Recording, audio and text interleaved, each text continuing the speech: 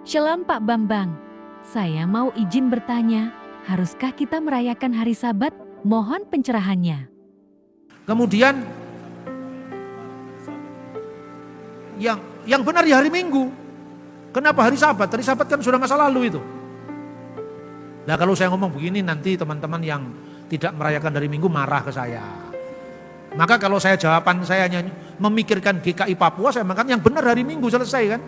Tapi kalau saya hanya ngomong begitu, besok saya langsung diserang sama teman-teman Advent. Benar tidak? Nah ini sulitnya, jadi saya itu sebetulnya jujur aja, jadi saya itu tidak gampang loh saudara-saudara. Angel, sulit karena apa? Saya membawa misi untuk bagaimana gereja-gereja itu tidak mewarisi dendam masa lalu. Gereja yang memaafkan diri sendiri, memaafkan sejarah dan menatap masa depan bersama.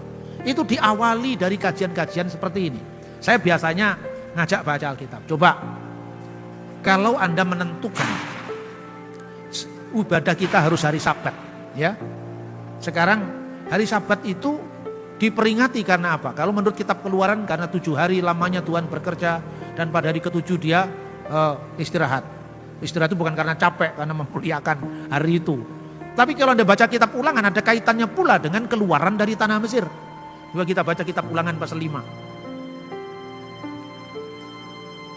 Kitab Ulangan, ya ini kitab tadi yang saya baca tadi yang pertama Keluaran, sekarang kitab Ulangan. Kita membaca pasal 5.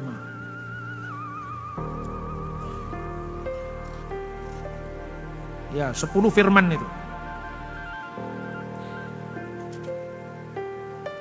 Jangan ada padamu ilah lain di hadapanku, janganlah membuat bagimu berhala dan seterusnya. Jangan sujud menyembah. Lalu ayat 10. Tapi aku menunjukkan kasih setia dan seterusnya. Jangan menyebut nama Tuhan, pelihara dan kuduskanlah hari Sabat seperti yang diperintahkan kepadamu oleh Tuhan Allahmu. 6 hari lamanya engkau akan bekerja dan melakukan segala pekerjaanmu. Tetapi hari ke-7 adalah hari Sabat bagi Tuhan Allahmu. Jangan melakukan pekerjaan apapun engkau, anak laki-laki atau perempuan, hambamu laki-laki, hambamu perempuan, lembumu dan keledaimu, segala hewanmu ataupun pendatang di dalam kotamu, supaya hambamu laki-laki atau perempuan istirahat seperti engkau juga. Haruslah kau ingat bahwa engkau pun dahulu budak di tanah Mesir dan engkau dibawa keluar dari sana oleh Tuhan Allahmu dengan tangan yang kuat, dengan lengan teracung. Itulah sebabnya Tuhan memerintahkan engkau merayakan pada hari Sabat. Nah pertanyaannya, kalau kita membaca Sabat dari Keluaran, ya kan, itu alasannya umum. 7 hari, 6 hari lamanya Tuhan berkarya, pada hari terakhir, hari Sabat, harus istirahat. Pertanyaannya, hukum di mana di Alkitab sebelum Taurat Musa diberikan yang suruh merayakan Sabat? Tidak ada. Berarti hukum itu setelah zamannya Musa kan? Tapi pertimbangan pertama dari kitab Keluaran adalah pertimbangan alasan universal itu. Tapi ada alasan yang lebih khusus. Karena kamu dibebaskan dari tanah Mesir. Lah ini sifatnya khusus Israel. Karena bangsa Indonesia tidak dibebaskan dari tanah Mesir. Benar tidak? Orang Malaysia tidak dibebaskan dari tanah Mesir. Berarti ini khusus kan? Makanya saudara-saudara, orang Yahudi sampai sekarang, sejak zaman dulu pun tidak memaksakan Sabat kepada orang bukan Yahudi. Orang Yahudi dulu kalau sebelum tahun 2000 negara Israel, kalau hari Sabat itu hotel-hotel makanan semua dingin karena nggak ada yang berani bekerja memanasi makanan di kulkas pada hari Sabat atau di pemanas pada hari Sabat. Tapi sekarang semua makanan hangat, panas. Kenapa? Karena ada orang asing yang bekerja pada hari Sabat. Dan orang asing itu orang non-Yahudi. Itu namanya Sabat Goi. Jadi hari Sabat berlaku bagi orang Yahudi, tapi tidak berlaku bagi orang non-Yahudi. Makanya ada Sabat Goi oleh bekerja pada hari Sabat. Karena alasannya ini. Yang mengalami peristiwa pembebasan dari Mesir, itu Yahudi. Tapi kalau alasannya, Pak itu kan 7 hari lamanya. Ya betul, tapi di mana dekretnya sebelum zaman Musa? Di kitab Kejadian misalnya. Banyak dari nenek moyang bangsa Israel, misalnya Abraham, melanggar Taurat kalau diukur dari ukuran Taurat Musa. Misalnya, jangan memasak anak kambing bersama susu induknya. Abraham melanggar itu karena menyuguhkan kepada tamunya daging anak lembu yang gemuk dan dade. Dade itu produk susu, seperti keju. Lah itu kan nggak boleh disajikan bersama daging. Apa dapat dikatakan Abraham melanggar ketentuan imamat Keluaran pasal 23 ayat 19? Tidak. Karena apa? Separuh dari kehidupan Abraham itu mewakili Ab-Hagoyim, bapak bagi bangsa-bangsa. Kapan itu? Sebelum dia disunat.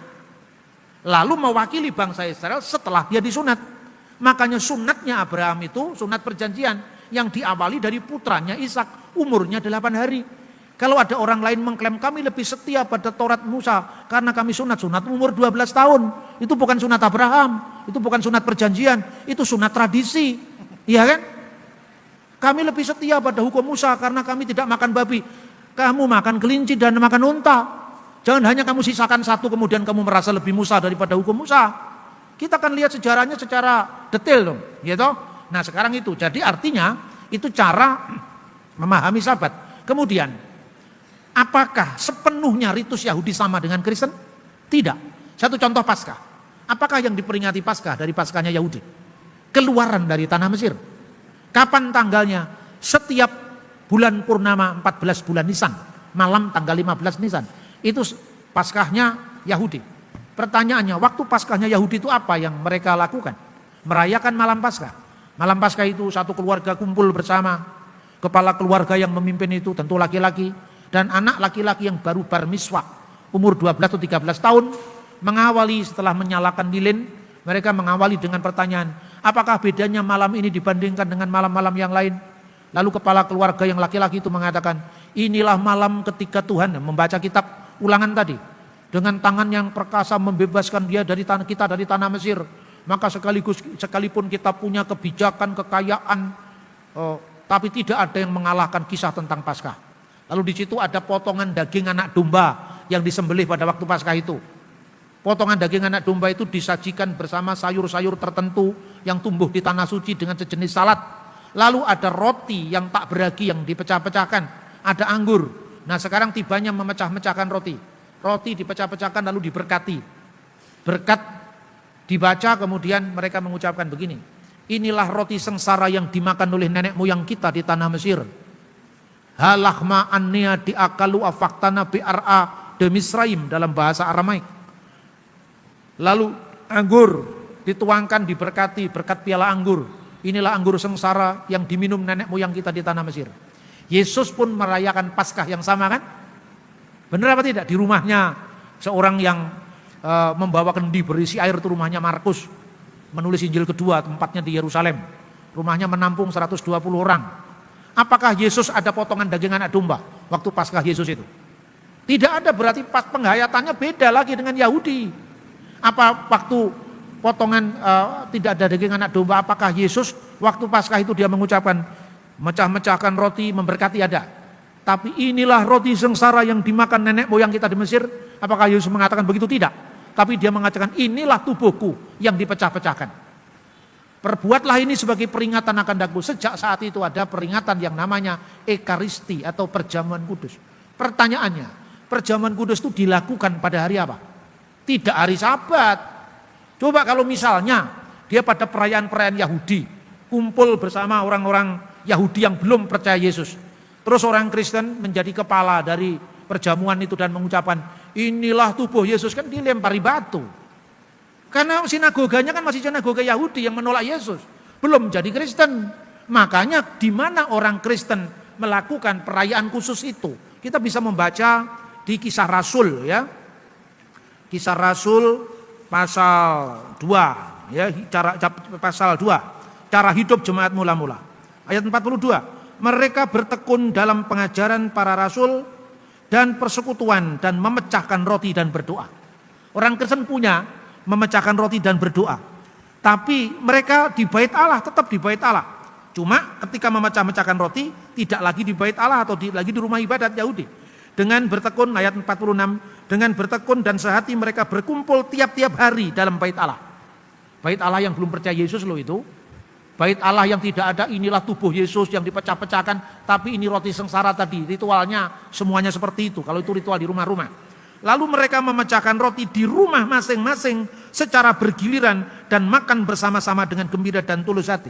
Mereka memecahkan roti tidak di rumah-rumah ibadat Yahudi, tapi di rumah mereka masing-masing. Maka perbedaannya tidak menjadi kontroversi di kalangan Yahudi. Harinya pun sudah berbeda dengan hari Sabat. Kita bisa membaca di Kisah Rasul pasal 20 ayat 7. Pasal 20 ayat 7 ini itu terjadi juga di luar orang Yahudi, tapi mereka yang beragama Yahudi, yaitu di luar tanah suci. Misalnya kita bisa membaca di dalam pasal 20 Ayat 7. Pada hari pertama dalam minggu itu ketika kami berkumpul untuk memecah-mecahkan roti. Mereka berkumpul memecah-mecahkan roti menurut perjamuan kudus. Itu hari pertama minggu itu. Di mana kebiasaan mula-mula sebelum mereka ada gedung gereja? Di rumah mereka masing-masing. Akhirnya rumah mereka masing-masing pada hari pertama minggu itu akhirnya menjadi gereja yang mulai terlepas dari sinagog. Terlepas dari rumah ibadat Yahudi di Kapernaum, rumah ibadat Yahudi di Nazaret, mulai ada sinagog-sinagog Kristen. Arkeologi mencatat sinagog Kristen pertama itu rumah di mana Yesus melakukan perjamuan malam bersama para murid. Tempat itulah yang sejak tahun 1947 ketika perang kemerdekaan dengan Israel, seorang arkeolog menemukan penggalian kota itu dan lapisan keramik dari abad pertama dan arah ibadah yang tidak lagi menuju ke Bait Allah Yerusalem tapi menuju kepada Golgota, tempat penyaliban Yesus. Masa transisi ini harus dikupas. Sebab kalau kita membaca Alkitab tanpa melihat konteks sejarah, kita otak-atik sesuai dengan cara berpikir modern kita. Kan Sunday itu sun, matahari, day itu hari, hari dewa matahari. Alkitab ditulis tidak dalam bahasa Inggris bro, tapi bahasa Ibrani dan Yunani. Tidak ada kata Sunday, yang ada Yom Rison, hari pertama atau Yom Echad. Jadi jangan menafsir Alkitab dari Mandag, Sondag, Wednesdag pakai bahasa Belanda atau bahasa Jerman atau bahasa Inggris, tapi mesti dari original teks kitab suci, konteks asli kitab suci, juga arkeologinya. Oke Pak Bambang, penjelasan Anda sangat mencerahkan dan menguatkan iman kami. Terima kasih, Tuhan Yesus memberkati.